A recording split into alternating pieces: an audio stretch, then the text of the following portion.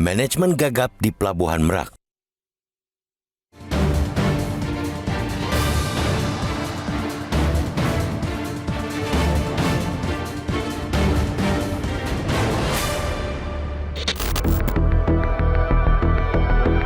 Mudik bukanlah aktivitas baru bagi masyarakat Indonesia. Sejak dahulu, ritual yang sudah menjadi budaya itu setiap tahun dilakukan demi merayakan Lebaran di kampung halaman tercinta. Hanya pandemi COVID-19 yang mampu membuat budaya mudik sempat tertahan.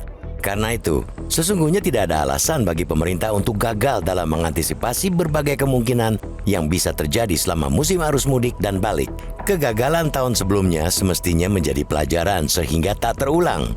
Sebaliknya, kesuksesan penyelenggaraan sebelumnya harus dilanjutkan dan lebih ditingkatkan. Tidak mudah memang mengelola perjalanan dan pergerakan dari ratusan juta orang yang melakukan perjalanan mudik.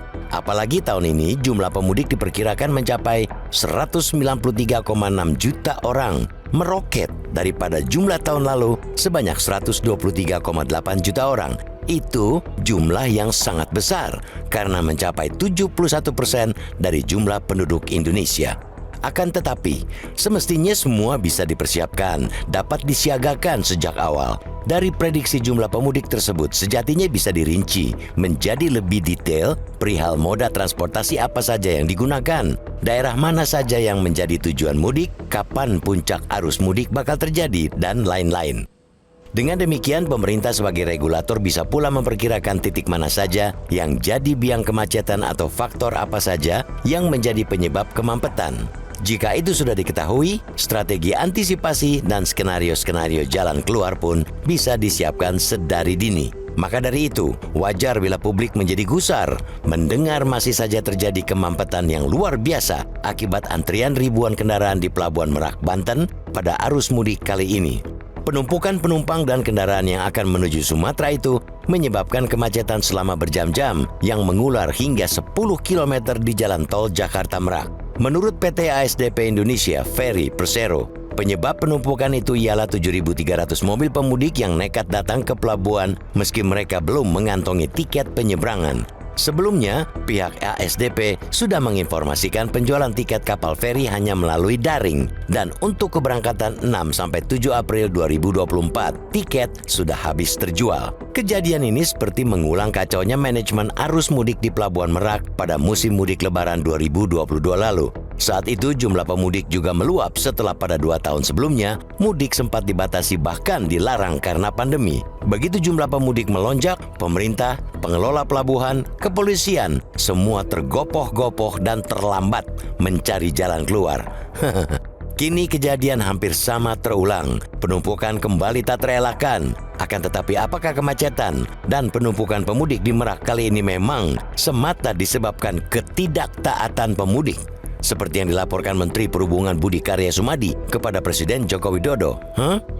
Atau lagi-lagi terjadi karena ketidakmampuan regulator mengantisipasi lonjakan jumlah pemudik dan kendaraan? Pertanyaan-pertanyaan itu mesti mendapatkan jawaban yang jelas dan tuntas. Tidak adil kalau hanya menyalahkan pemudik tanpa melihat fakta bahwa di sisi lain pemerintah kelihatan tergagap tak memiliki manajemen alternatif skenario antisipasi.